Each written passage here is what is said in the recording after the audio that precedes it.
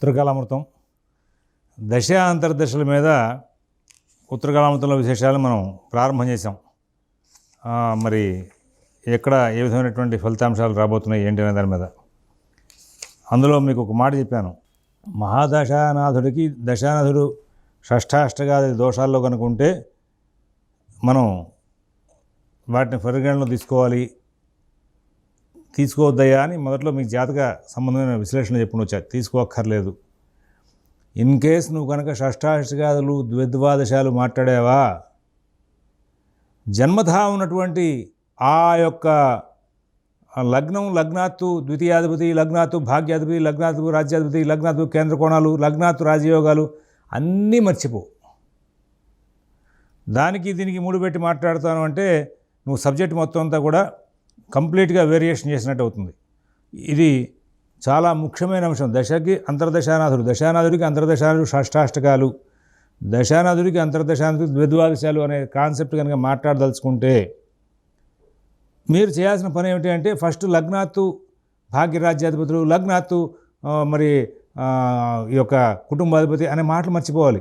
లగ్నాత్తు ఏర్పడిన రాజయోగాలు మర్చిపోవాలి. ఎందుకు మర్చిపోవాలి?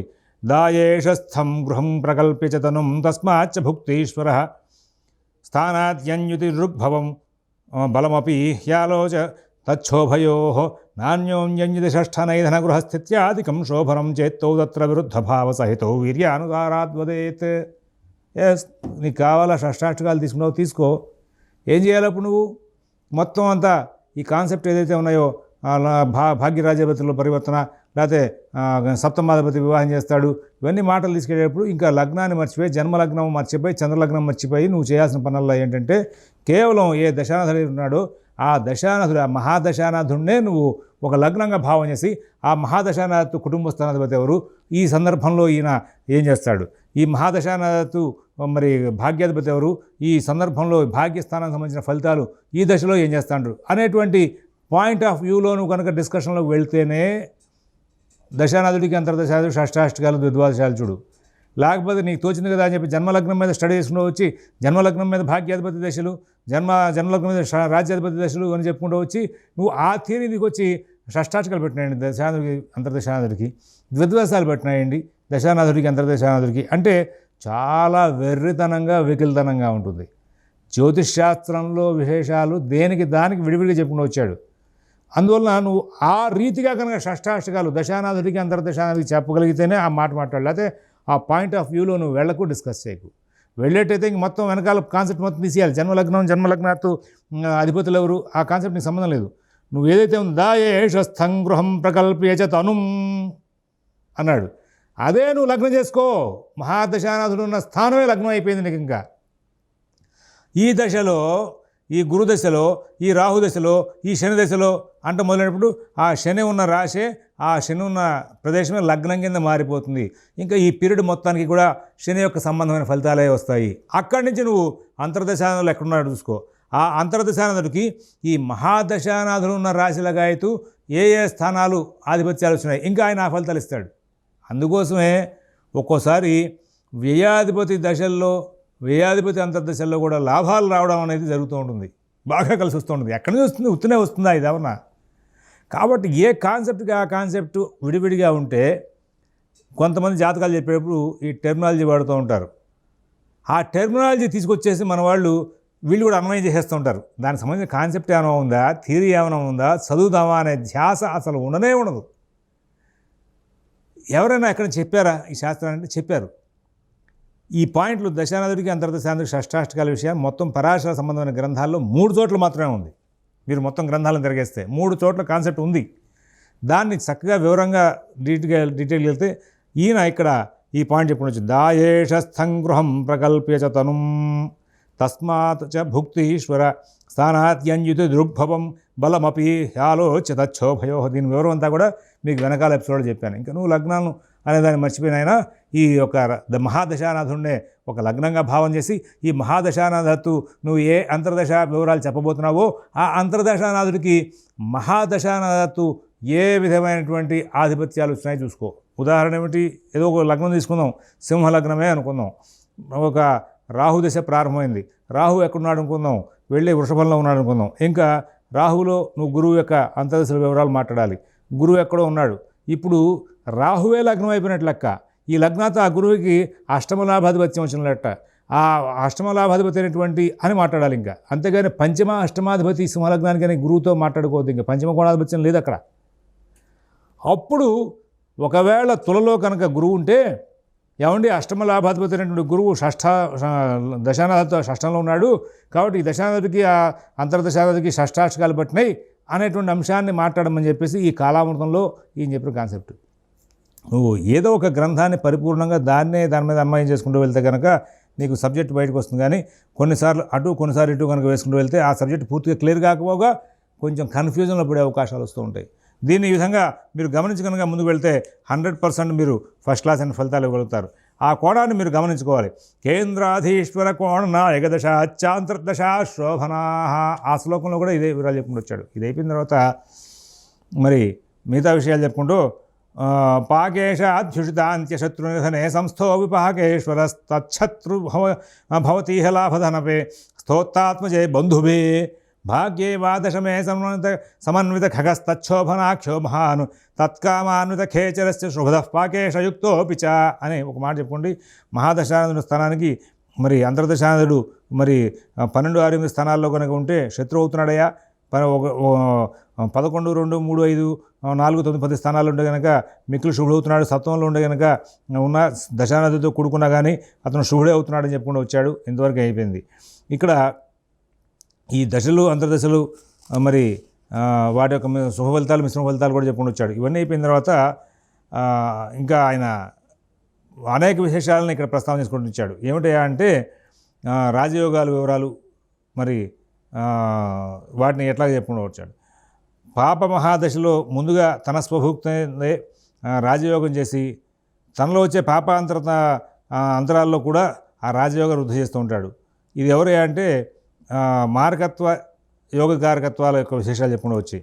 అలాగే మరి పాపాంతరాలు పాపగ్రహాల యొక్క అంతర్దశల్లో యోగ వృద్ధి కలుగుతుండగా శుభగ్రహాల యొక్క అంతర్దశల్లో యోగం కలుగుతోందని చెప్పక్కర్లేదని అర్థాత్ సిద్ధి అవుతోంది అని చెప్పుకుంటూ వచ్చాడు. అనగా మహాదశ యావత్తు కూడా యోగంనే కలుగజేస్తుందయ్యా. ఆ దశానధుడు యొక్క మారకం ఎప్పుడు అని సంకలుగుతుంది నీకు. ఆ దశయందుల మారకం దూరంగా తులసివేస్తుంది. కాబట్టి ఆ దశయందు మారకం చేయక మరొకని మహాదశలోకి తోసేస్తుంది తాత్పర్యం చెప్పుకుంటూ వచ్చాడు. దేని గురించి అని చెప్పుకుంటూ వచ్చాడంటే మహాదశానందుడు పాపుడై ఉన్నాడు. అతని అంతర్దశ లక్షణాలు చెప్పుకుంటూ వచ్చాడు. మహాదశానందుడు పాపుడు కనుక అయితే అతనితో సంబంధం లేని శుభుడు యొక్క అంతరంలో పాపాలు వస్తున్నాయి. సంబంధం ఉన్నటువంటి శుభగ్రహాల్లో మిశ్రమ ఫలితాలు వస్తున్నాయి. అలాగే రాజయోగాలు ఇచ్చే గ్రహాలు కదా సంబంధం లేనటువంటి రాజయోగాల యొక్క అంతరాల్లో మిక్కిలి పాప ఫలితాలు వస్తున్నాయి. మరి దైన్యమైనటువంటి జీవితం కూడా గడుస్తుంది అని చెప్పుకుంటూ వచ్చాడు. ఈ మహాదశానాథుడు కనుక బాగా అతి పాపుడై ఉన్నాడు. మారక గ్రహ సంబంధాలతో కలిగి ఉన్నాడు. మరి రాజయోగ సంబంధం కూడా ఉందనుకుందాం. రాజయోగ లక్షణం కలవాడై ఉన్నాడు అనుకుందాం. ఒక దశానాథుడికే మారక లక్షణం, రాజయోగ లక్షణం. మరి ఇట్లా ఉన్నప్పుడు అతను ప్రవేశించగానే మహారాజయోగాన్ని ఇస్తున్నాడయ్యా అని చెప్పుకుని వచ్చాడు. అంటే ఒక పాపగ్రహానికి మహారాజయోగాన్ని ఇచ్చే లక్షణాలు రాజయోగాల్లో పట్టింది. మారక స్థానాధిపతి యొక్క గ్రహాల యొక్క సంయోగం కారణంగా మారకాన్ని ఇచ్చేటువంటి లక్షణాలు కూడా పడినాయి. ఇట్లాంటి సందర్భాల్లో ఏం చేస్తాడు అనే మాట వచ్చినప్పుడు ఈయన ఇట్లాంటి సందర్భాలను పురస్కరించుకుని మారకమే చేస్తున్నాడు అనేటువంటి అంశాన్ని ప్రస్తావన చేసుకొచ్చారు. కాబట్టి ఈ మారక మొట్టమొదట రాజయోగాన్ని ఇస్తున్నాడు. రాజయోగ దశాలు ఉన్నాయి కాబట్టి రాజయోగాన్ని ఇస్తున్నాడు అని చెప్పుకుంటూ వచ్చాడు.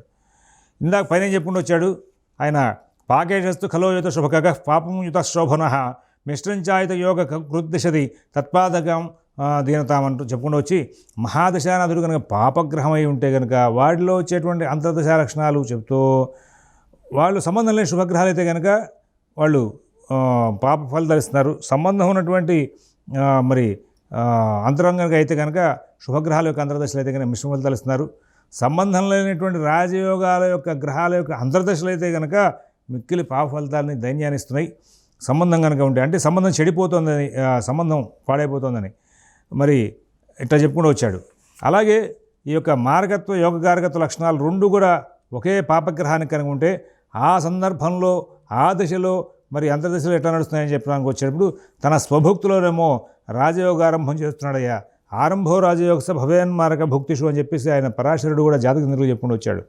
తనలో వచ్చే పాపాంతర దశలు కూడా రాజయోగాన్నే వృద్ధి చేస్తున్నాయి అని చెప్పుకుంటూ వచ్చాడు. ఇట్లాగా చెప్పుకుంటూ వచ్చాడు.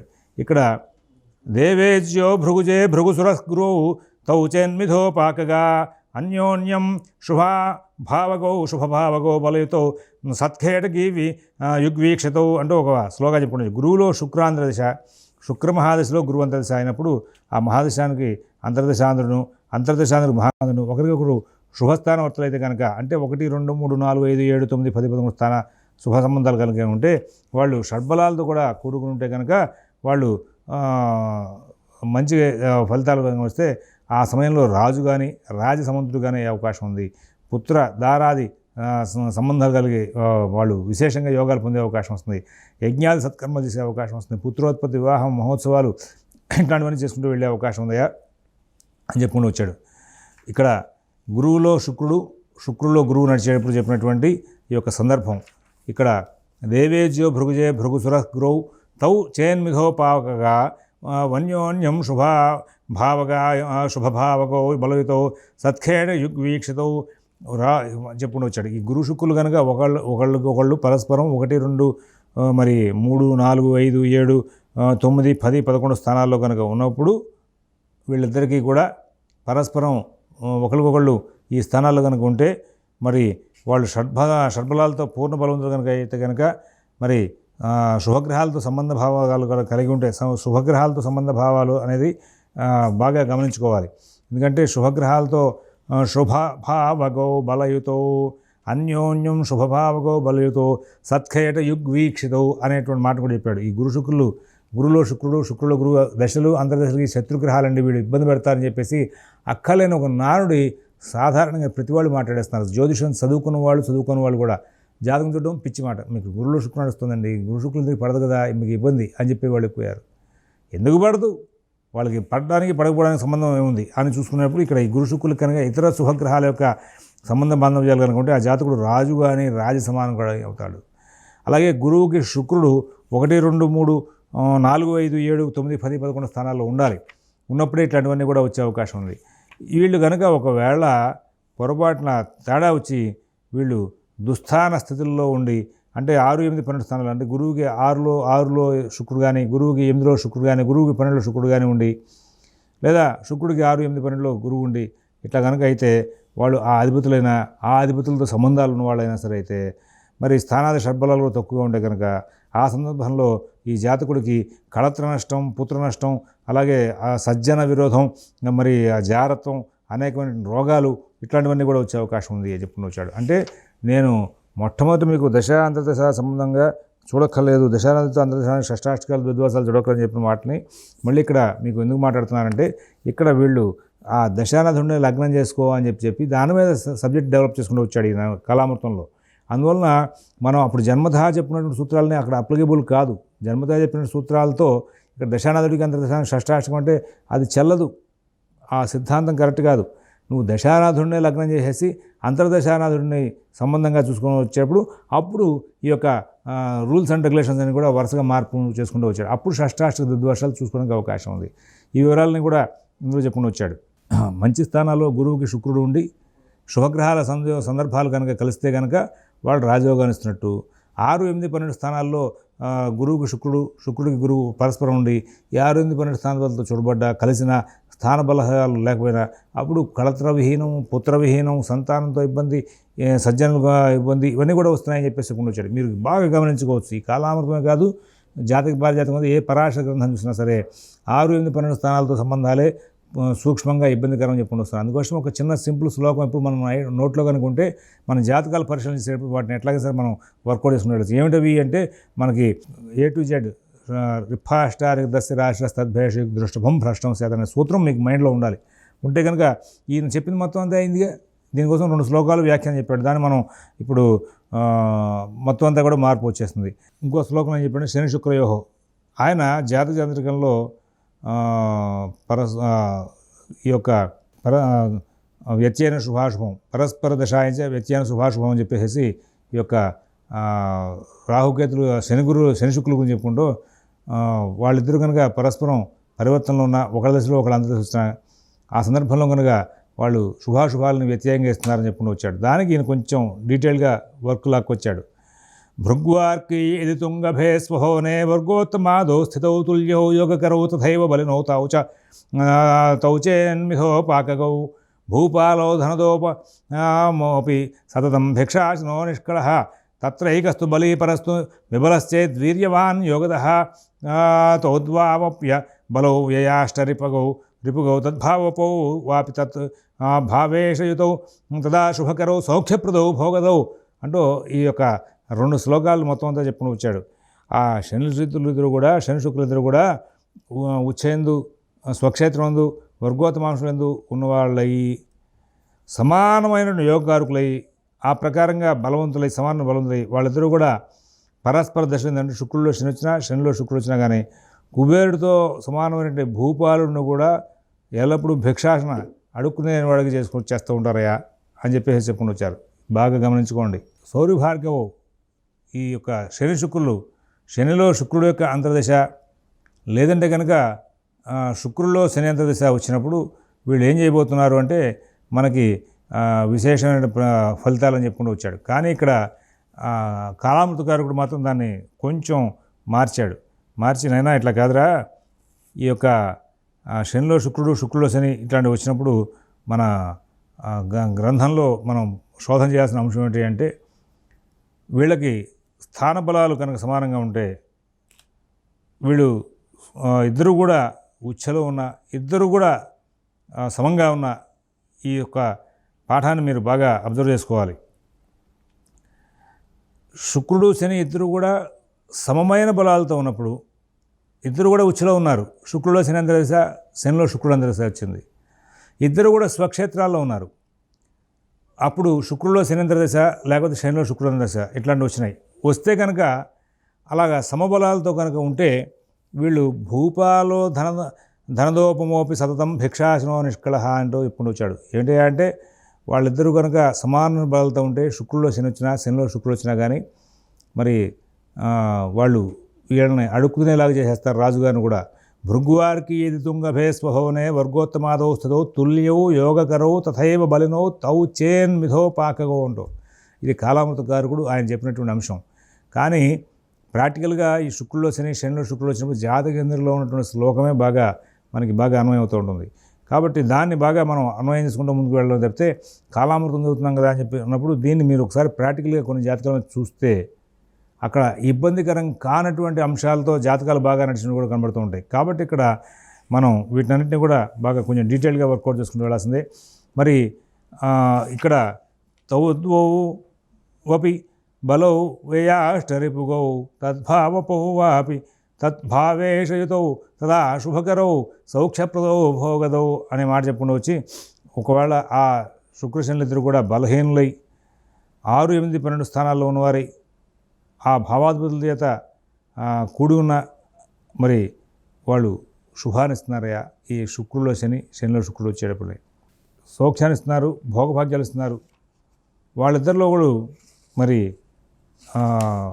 శుభస్థానాధిపతి రెండవ వాడు కనుక దుష్టస్థానాధిపతి కనుక అయితే మరి మంచి యోగా ఇస్తున్నారు. ఆ ఇద్దరు కూడా మరి పాపులైతే కనుక సౌఖ్యాన్ని ఇస్తున్నారు అని చెప్పే అంశాలని ప్రస్తావన చేసుకుని వచ్చాడు ఇక్కడ. ఇది ఇలాంటివి కొన్ని ఇంకా ఇతర గ్రహాల యొక్క దశలు అంతర్దశలకు సంబంధించిన విషయాలను కూడా మనకి ఈ కాలామృతంలో మాట్లాడుకుంటూ వచ్చాడు. వాటిని తర్వాత మనం చూసుకుంటూ వెళ్తే రవి శనుల యొక్క విశేషాన్ని చెప్పాడు. అలాగే దాన్ని కూడా గురుబుధుల యొక్క విశేషాలు చెప్పుకుంటూ వచ్చాడు. ఈ రవి శని గురుబుధుల యొక్క కుజ గురువులు ఈ 3 అంతర్దశలు సంబంధంగా కొంచెం విశేషాలు చెప్పుకుంటాడు. శన్యర్కౌ నిజరాశి తుంగ భగయో తన్నవాంశేపి వా సంస్థో కోణ చతుష్టయాఖ్యగృహగౌ తద్భావనాథావపి. రవి శని ఇద్దరి గురించి నువ్వు చూస్తున్నావు. రవి దశలో శని అంతర్దశం లేదా శని దశలో రవి అంతర్దశ చూస్తున్నావయ్యా. వాళ్ళిద్దరూ కూడా స్వక్షేత్ర స్వక్షేత్రాక్షతలో కానీ స్వాంశల్లో కానీ స్వచ్ఛల్లో కానీ ఉన్నవారితే కనుక కేంద్ర కోణాల ముందు ఉండడం కానీ కేంద్ర కోణాధిపతులు అయితే కానీ వారి ఊరిలో రవియంత్రం ముందు రాజసన్మానం అధికమైన లాభాలు వస్తూ ఉంటాయి. శని భుక్తిలో మరి సుఖం, ధనం, లాభం, జయం చేకూరుతూ ఉంటాయి. ఒకవేళ కనుక ఈ రవి శని ఇద్దరు కూడా పాపులైతే కనుక వారిద్దరు కూడా హానినే చేస్తారు. ఒకవేళ అందులో ఒకడు శుభుడు ఒకడు పాపుడు కనుక అయితే ఆ శుభుడు మాత్రం శుభాన్ని ఇస్తాడు, పాపుడు మాత్రం పాప ఫలితాన్ని ఇస్తున్నాడు అనేది అనుభూషాలు రెండు పెద్దలు చెప్తున్నారు అని చెప్పేసి చెప్పుకుంటూ వచ్చారు. మరి ఈ యొక్క అంశాలని మనం బాగా రవిలో శని యొక్క అంతర్దేశానికి సంబంధించి బాగా అబ్జర్వ్ చేసుకోవాల్సిన రవి శని ఇద్దరికి కూడా ఒకళ్ళొకరింట్లో ఉంటే సమానమైన స్థాయిలో బలాలు కనుక కలిగి ఉంటేనేమో మరి వాళ్ళ కేంద్రాధిపత్యం కోణాధిపత్యాలు ఇట్లా కనుక వస్తే వాళ్ళ సంబంధమైనటువంటి రవి అంతర్దశలో సన్మానం జరుగుతోంది, శని అంతర్దశలో సుఖం వస్తుంది, ధనలాభం చేకూరుతోంది. రవి శనులు ఇద్దరు కూడా పాపులు కనుక అయితే వాళ్ళిద్దరూ హానినే చేస్తున్నారు. రవి శని, శనిలో రవి కానీ రవిలో శని కానీ అంతర్దశలకు వచ్చేసరికి ఒకడు శుభుడై ఒకడు పాపుడు అయితే మాత్రం అప్పుడు పాప ఫలితాలు ఇస్తున్నారని చెప్పేసి అనుభవంలో చెప్పుకుంటూ వస్తున్నారని చెప్పుకుంటూ వచ్చాడు. ఇంక తర్వాత కుజగురువుల యొక్క విశేషాలు చెప్పుకుంటూ వచ్చి భౌమేజ్యావపిత ఆదృశౌ బలయుతౌ సుస్థాన గౌ వీక్షితౌ అనేటువంటి శ్లోకాన్ని చెప్పుకుంటూ వచ్చి గురువులు, కుజుడిలో గురువు, గురువులో కుజుడు ఇట్లా దశాంతర దశ వచ్చినాయి. ఆ సందర్భాన్ని ముడిపెట్టి చెప్పాల్సిన సందర్భం వచ్చింది. ఎట్లాగా వీటి విషయంలో ఉన్నప్పుడు ఇక్కడ వెనకాల చెప్పినటువంటి శ్లోకంలో రవిలో శని, శనిలో రవి వచ్చినటువంటి సంబంధాలే ఇక్కడ మనకి కనబడుతున్నాయి అని చెప్పేసి చెప్పుకుంటూ వచ్చారు. ఒకళ్ళు భుక్తిరాదులైనప్పుడు రాజయోగాన్ని, అలాగే ఒకళ్ళు ఆనందాన్ని ఇస్తున్నారు, ఇవన్నీ దీర్ఘాయుష్మంతులైన పుత్రులను ఇస్తున్నారనే విషయాలను ఎక్కువ ప్రస్తావన చేసుకుని వచ్చాడు. అలాగే తర్వాత ఇదే విశేషంలో గురుబుధుల యొక్క అంశాలని, శుక్రబుధుల యొక్క అంశాన్ని, గురుచంద్రులు, చంద్రశుక్రులు, గురు సూర్యులు, రవికుజులు, రవిబుధులు ఈ జంటలు దశ అంతర్దశలు అయినప్పుడు మొత్తం అందరికీ కూడా వెనకాల చెప్పినటువంటి శ్లోకాల్లో ఉన్నటువంటి పాఠాలనే ఇక్కడ అన్వయం చేసుకుంటూ ముందుకు వెళ్ళాల్సిన అవసరాలను చెప్పుకుంటూ ఇక్కడ దశ అంతర్దశ విభాగాలకు సంబంధించిన పాఠాన్ని పూర్తి చేసుకుని వచ్చాడు. స్వస్తి.